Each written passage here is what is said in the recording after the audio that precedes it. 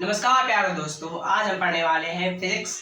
आपका अपना YouTube channel Hrithik online classes में आपका स्वागत है। और आज हम पढ़ने वाले हैं प्रकाश, परावर्तन एवं अपवर्तन के बारे में। तो पहला क्वेश्चन है, परावर्तन होता क्या है? परावर्तन क्या होता है? तो हम जानते हैं परावर्तन क्या होता है। तो परावर्तन की आंसर देते हैं, बता देते हैं। मतलब परावर्तन होता क्या है, हम इतना आप सब बता देते हैं कि कुछ ले लेते हैं। जैसे कि मान लीजिए एक किताब ले आते हैं, मानिए ये किताब पे ऐसे, मान लीजिए हिंदी किताब है, इस पे ऐसे करके टकराया, मतलब ये ऐसे करके टकराती है और वापस इधर आ जाती है। इसका मतलब है कि किसी किसी या वह प्रकाश की किरण, हम आंसर देते हैं, देखिएगा, वह प्रकाश की किरण जो सपाट या चमकदार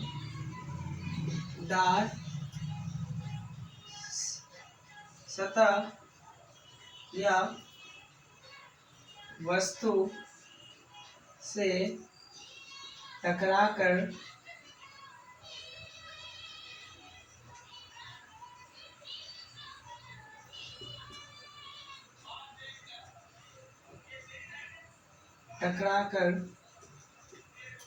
वापस चली आती है, उसे परावर्तन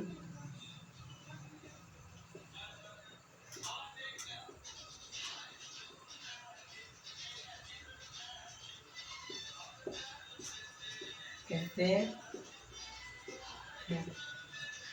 तो परावर्तन क्या होता है? परावर्तन के बारे में जानते हैं। जब प्रकाश की किरण किसी वस्तु से टकराकर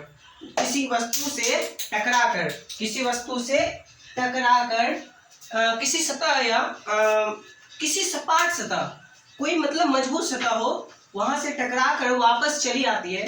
सतह या कोई सपाट सतह या कोई चिकना सतह या कोई चमकदार सतह से टकराकर वापस चली आती है, उसे हम परावर्तन कहते हैं। इतना आप समझ गए होंगे। आपको बेस्ट तरीके से हम पढ़ाएंगे। आप और परावर्तन का नियम क्या है तो ये भी पढ़ेंगे। आपतन किरण, परावर्तित किरण और अभिलंब, ये भी पढ़ेंगे आसानी से। परावर्तन का नियम क्या होता है तो हम इसके बारे में पढ़ेंगे।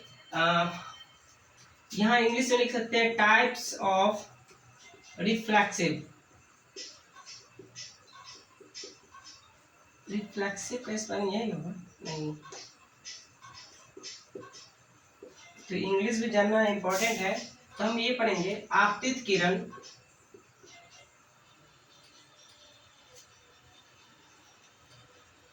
परावर्तित किरण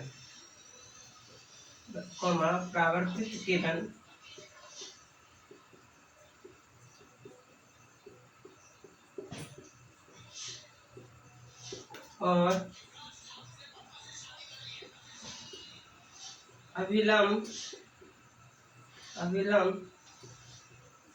तीनों एक ही तल में होते हैं।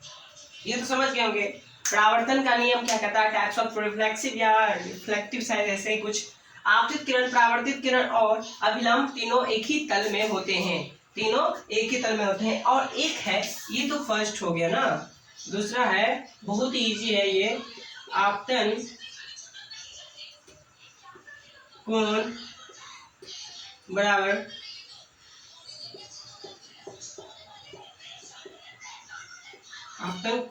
परावर्तन कोण। ये दोनों आपको याद रहना चाहिए।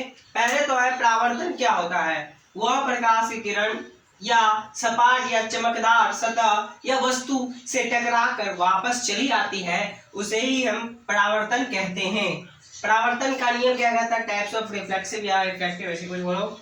आपतित किरण, परावर्तित किरण और अभिलंब तीनों एक ही तल में होते हैं। और दूसरा कहता है आपतन कोण बराबर परावर्तन कोण। इतना तो समझ गए होंगे आप। बेस्ट तरीके से। तो इतना तो समझ गए होंगे ना। तो ये क्या है, क्लास 10th का है, क्लास 10th, इतना आप इजी समझ गए। उसके बाद है दर्पण के प्रकार। दर्पण कितने प्रकार के होते हैं, तो इस ये मिटा देते हैं।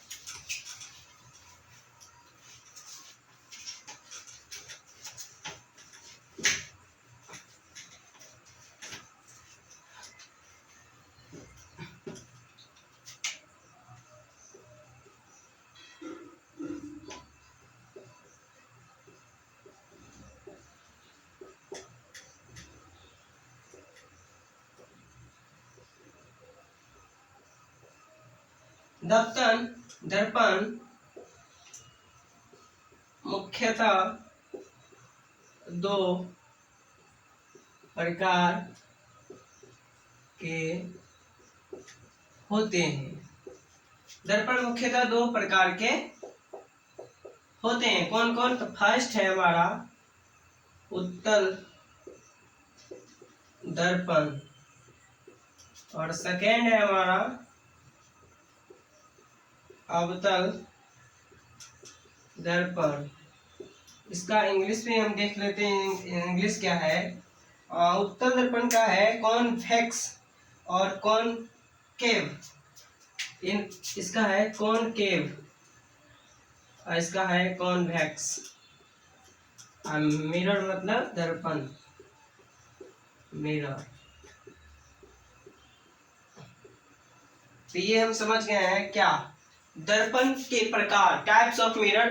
दर्पण मुख्यतः दो प्रकार के होते हैं, तो इसको इंग्लिश में हम कह सकते हैं two types of mirror, two types of mirror. हाँ यही बोलो, उत्तल दर्पण और अवतल दर्पण। उत्तल दर्पण को इंग्लिश में कहते हैं कॉन्वेक्स मिरर और अवतल दर्पण को कॉनकेव मिरर। तो इसको भी हम मिटा देते हैं।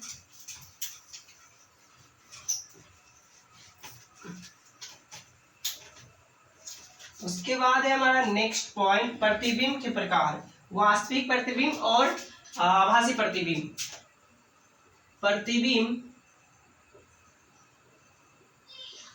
के प्रकार, तो ये हमारा दो इम्पोर्टेंट, ये भी इम्पोर्टेंट दृष्टि से देखा जाता है, इसको आप वीवीआई कर लें, ये इम्पोर्टेंट है। फर्स्ट है हमारा क्या, तो कौन सा प्रतिबिंब। सेकेंड तो हमारा आभासी प्रतिबिंब और फर्स्ट है हमारा वास्तविक प्रतिबिंब।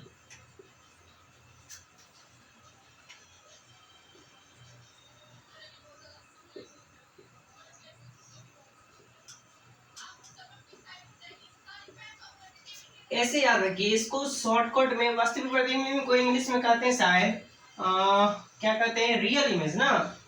वास्तविक है मतलब रियल होगा, ऐसा ही लगता है। और इसको इंग्लिश में कहते हैं शायद वर्चुअल इमेज, वर्चुअल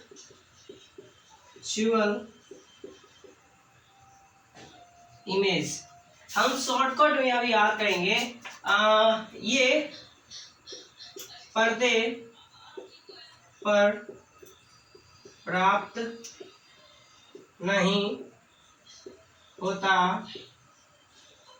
है और ये पर्दे पर प्राप्त होता है।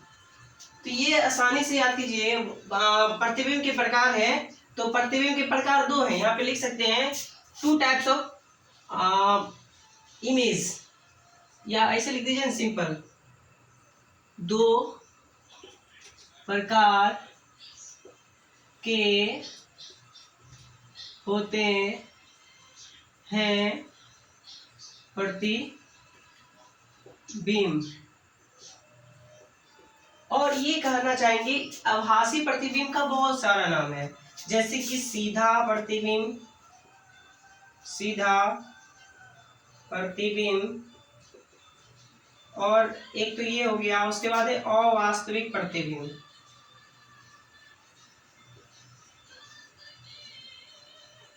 अवास्तविक प्रतिबिंब, पर एक और नाम था शायद, ये हम भूल रहे हैं। बस ये ऐसे ये भी हो सकता है, सीधा प्रतिबिंब किसे कहते हैं, तो ये भी पर्दे पर नहीं पाया जाता। या अवास्तविक प्रतिबिंब, या वास्तविक रहता, यहाँ पे अवास्तविक रहता। ये नहीं सोचना कि वास्तविक का भाई अवास्तविक, नहीं, ये भी आभासीय प्रतिबिंब जैसा होता है, ये भी पर्दे पर प्राप्त नहीं होता है। तो अब ये सब समझ गए होंगे आसानी से। अब नेक्स्ट पे चलते हैं, हमारा नेक्स्ट क्या है ये भी जानेंगे क्या है। तो ये भी पार्ट 5 में है हमारा दर्पण सूत्र।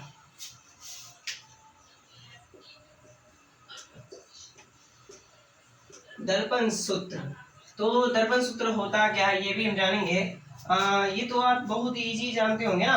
क्या बता देते हैं, दर्पण सूत्र होता क्या है ये भी जानते होंगे। 1/v है ना, 1/u तब है, सॉरी वह आप, ये हुआ हमारा दर्पण सूत्र। तो ये इम्पोर्टेंट दृष्टि से देखा जाता है, क्योंकि ये एग्जाम में हर एक साल पूछा जाता है, हर एक साल तो नहीं, गैप करता है एक साल। तो ये तो हमारा प्रतिबिंब की दूरी हो गया।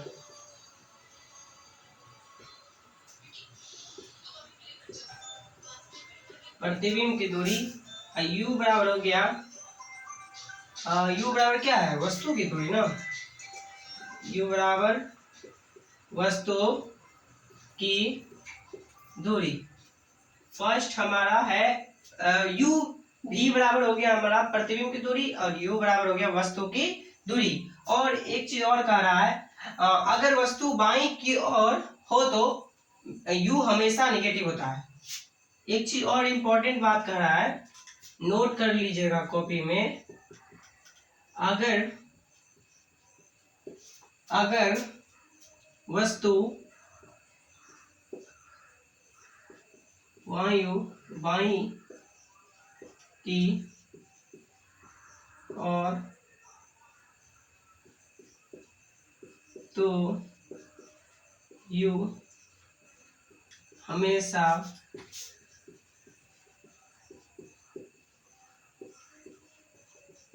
क्या कर रहा है, अगर वस्तु बाएं की ओर हो तो u हमेशा निगेटिव होगा।